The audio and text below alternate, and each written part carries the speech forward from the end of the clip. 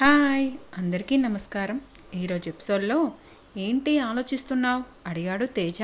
కుడి చేయి స్టీరింగ్ మీద పెట్టి ఎడం చేయి చాచి ఆమె భుజాల మీద వేసి తల విదిల్చి అతని వైపు చూసి నెమ్మదిగా నవ్వి అంది.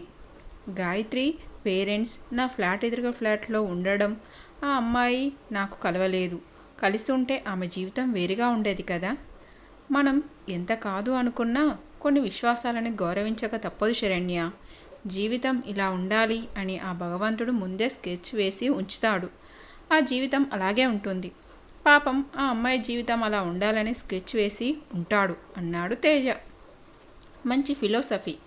అది సరే, నువ్వు కర్మ సిద్ధాంతాన్ని నమ్ముతావా? అతని మొహంలోకి పరిశీలనగా చూస్తూ అడిగింది శరణ్య. తేజ వెంటనే బదులు చెప్పలేదు. ఎదురుగా పెద్ద కొండ చిలువలా కనిపిస్తున్న రెండు వైపులా చూస్తూ అన్నాడు.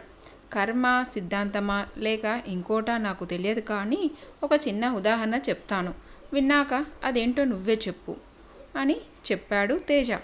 కుతూహలంగా అతని మొహంలోకి చూస్తూ కూర్చుంది శరణ్య. ఏం చెప్తాడా అని. మా గ్రాండ్ ఫాదర్ వాళ్ళది రాజోలు, 1000 ఎకరాల భూస్వామి, పెద్ద మండువా ఇల్లు అంటారు, నీకు తెలుసో లేదో. లేదన్నట్లుగా అడ్డంగా తల ఊపింది శరణ్య. ఆఫ్ కోర్స్ నాకు గుర్తులేదు. నాకు 5 ఏళ్ల వయసులోనే అమ్మా నాన్న హైదరాబాద్ వచ్చేశారు. ఆ తర్వాత అక్కడికి వెళ్ళలేదు కూడా. అయితే తాతగారు ఆ ఊరికి మహారాజు లాంటివారు. ఊళ్ళో ఏ వేడుక జరిగినా, ఏ శుభకార్యం జరిగినా అదేదో సినిమాలో చూపించినట్టు ముందు తాతయ్య నానమ్మ దగ్గరికి వచ్చి ఆశీస్సులు తీసుకునేవారట. వాళ్ళు మామూలుగా ఆశీర్వదించరు కదా, మోతబారులు. వాళ్ళ స్థాయికి తగినట్టు కొంత బంగారము, పట్టుబట్టలు, ఇంకా డబ్బు ఇచ్చి దీవించేవారు. అందుకే వాళ్ళంటే ఊరందరికీ ఎంతో గౌరవం, ప్రేమ, అభిమానం. అయితే తేజ ఆగాడు. శరణ్య ఊపిరి బిగపట్టి వినసాగింది. తేజ కార్ స్లో డౌన్ చేసి ఎదురుగా వెనకాల వస్తున్న లారీ వెళ్ళడానికి దారి ఇచ్చి తిరిగి చెప్పడం ప్రారంభించాడు. తాతయ్య గారు కమ్యూనిస్టు భావాలున్నవారు. నానమ్మ దేవుణ్ణి విపరీతంగా నమ్మేది. వాళ్ళకి చాలా కాలం పిల్లలు పుట్టకపోతే నాయనమ్మ సుబ్రహ్మణ్య స్వామిని పూజిస్తుండేది. ఇంట్లో ఎప్పుడూ ఏవో పూజలు, వ్రతాలు, నోములు అవుతూ ఉండేవి. కొంతకాలానికి నాన్నగారు పుట్టారు. మా నాన్న పుట్టినప్పుడు ఒక జ్యోతిష్కుణ్ణి నాన్న జాతకం చూపిస్తే, నీ ఆస్తిని నీ కొడుకు అనుభవించడు, స్వయం కృషితో వృద్ధిలోకి వచ్చి కోటీశ్వరుడు అవుతాడు, నీకింకా పిల్లలు పుట్టరు, నీ ఆస్తిపాస్తులన్నీ పరులపాలు అవుతాయి అని చెప్పాడు. నాన్న అవన్నీ నమ్మలేదు, కానీ నాయనమ్మ భయపడిపోయింది. అయితే తాతయ్య మాత్రం పొట్టకూటి కోసం అతని ఏదో వృత్తిని నమ్ముకుంటాడు, అతను చెప్పేవన్నీ నిజాలు కాదు అంటూ తేలిగ్గా కొట్టిపారేశారు. కానీ చాలా విచిత్రంగా తాతయ్య ఆస్తులన్నీ పోయాయి. నాన్నకి ఏమీ మిగలలేదు. నాన్న ఆ జ్యోతిష్కుడు చెప్పినట్లు స్వయం కృషితో మళ్ళీ ఆస్తులు సంపాదించారు. తాతయ్య నుంచి వచ్చింది కేవలం 5 ఎకరాలు మాత్రమే. నానమ్మ వంటి మీద ఆ రోజుల్లో ఉన్న 7 వారాల నగలు అంతే. శరణ్య ఆశ్చర్యంగా చూస్తూ అడిగింది. అదేంటి, 1000 ఎకరాలు ఏమయ్యాయి? తెలియదు. ఆ విషయం ఇప్పటికీ ఒక రహస్యంగానే మిగిలిపోయింది.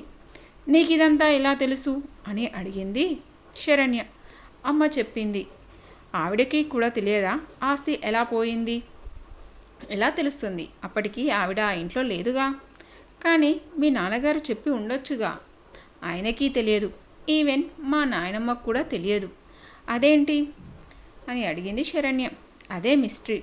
శరణ్య నోట మాట రానట్టు అలా స్తంభించిపోయి కూర్చుంది. అప్పటికే సూర్యాస్తమయం అవుతుంది. పచ్చటి పచ్చిక మీద నారింజ రంగు కిరణాలు పడి పచ్చిక వింత అందంతో మెరిసిపోతుంది. సూర్యుడు పెద్ద గోళంలా మారి పడమట వైపుకి నెమ్మదిగా కదిలిపోతున్నాడు. అక్కడక్కడ పశువులు పచ్చగడ్డి మేస్తున్నాయి. రైతులు ఇల్లు మొహం పట్టారు. తేజ కళ్ళల్లో ఒక వెలుగు కనిపిస్తుంది.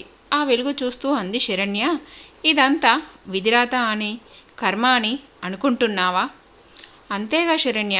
అలా అనుకోకపోతే ఆ రహస్యం తెలుసుకోవడానికి బుర్ర బద్దలు కొట్టుకొని జీవితం మొత్తం ఆ అన్వేషణలో నిర్ధరకంగా గడపని నిరాశతో, నిర్లిప్తతో కృంగిపోయి బతికేవాళ్ళం కదా. శరణ్య మాట్లాడలేదు. అతని మాటల్లోని సత్యాన్ని అన్వేషిస్తూ నిశ్శబ్దంగా కూర్చుండిపోయింది శరణ్య. పెళ్ళి హైదరాబాద్లో చేయాలని తేజ కోరడంతో అక్కడ సత్యసాయి నిగమగంలో చేయడానికి నిశ్చయించుకున్నారు. శరణ్య తల్లిదండ్రులు, అక్కలు, బంధువులు అంతా కూడా హైదరాబాద్ వచ్చారు. వాళ్ళు ఉండడానికి తాను తీసుకున్న ఫ్లాట్ ఇచ్చాడు తేజ. అంతేకాక మ్యారేజ్ హాల్కి తన డబ్బు కట్టాడు. శరణ్య తండ్రి ఎంత వారిచ్చినా వినలేదు.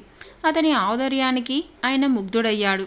ఎంత అదృష్టవంతురాలివి తల్లి అన్నాడు శరణ్యని దగ్గరికి తీసుకొని. అవును నాన్న అంది శరణ్య. బంగారు పూలతో పూజలు చేశావే అన్నారు అక్కలు. నవ్వేసింది శరణ్య. పెళ్ళి వైభవంగా జరిగింది. పెళ్ళికొడుకు తరపు బంధువులు, స్నేహితులు అందరినీ చూసి శరణ్య ఇంటిల్లిపాది బెదిరిపోయారు. అందరూ కూడా సమాజంలో పేరు ప్రతిష్టలు, ఆస్తి అంతస్తు ఉన్నవాళ్లే. అందరూ డైమండ్ ఆభరణాలు వేసుకొని, ఖరీదైన పట్టుచీరలు కట్టుకొని బెంజు కార్లలో దిగుతుంటే వాళ్ళకి మర్యాదలు చేయడానికి కంగారు పడిపోయారు అందరూ. కానీ తేజ తల్లిదండ్రులు వాళ్ళని శాంతపరిచి, గాబరా పడకండి, అంతా సవ్యంగా జరుగుతుంది, ఎందుకు కంగారు అంటూ నచ్చజెప్పడంతో కొంచెం ఆ భయం పోగొట్టుకొని మామూలుగా తిరిగారు. మొత్తానికి పెళ్ళి అద్భుతంగా అయిపోయింది. మిగతా కార్యక్రమాలు కూడా సవ్యంగా విజయవంతంగా పూర్తయ్యాయి.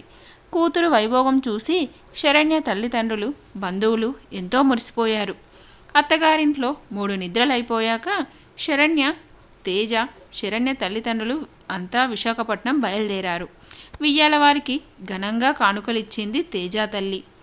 అందరి దగ్గర సెలవు తీసుకొని వెళ్తూ, నేను వైజాగ్ నుంచి విజయవాడ వెళ్ళిపోతాను అత్తయ్య, నాకు లీవు లేదు అంది శరణ్య. అలాగే వెళ్ళమ్మా ఆప్యాయంగా అంది ఆవిడ. తేజతో పాటు అతని తల్లిదండ్రులు కూడా శరణ్యని అపురూపంగా చూసుకోవడం చూసిన అందరి కళ్ళు ఆనందంతో చెమ్మగిల్లాయి. అందరూ పరస్పరం ఆలింగనం చేసుకొని వీడ్కోలు చెప్పుకున్నారు. మా అమ్మాయి చాలా అదృష్టవంతురాలు అంది శరణ్య తల్లి వియ్యాలవారితో. మా అబ్బాయి కూడా అదృష్టవంతుడే అన్నారు వాళ్ళు. 2 పెద్ద కార్లు వైజాగ్కి బయలుదేరాయి. ఇదండి ఈరోజు ఎపిసోడ్. ఈ ఎపిసోడ్ మీకు నచ్చిందని ఆశిస్తున్నాను. ఈ ఎపిసోడ్ కనుక మీకు నచ్చినట్లయితే లైక్ చేయండి అండ్ సబ్స్క్రైబ్ చేసుకోండి. మరొక ఎపిసోడ్తో మళ్ళీ కలుసుకుందాం. అంతవరకు బాయ్.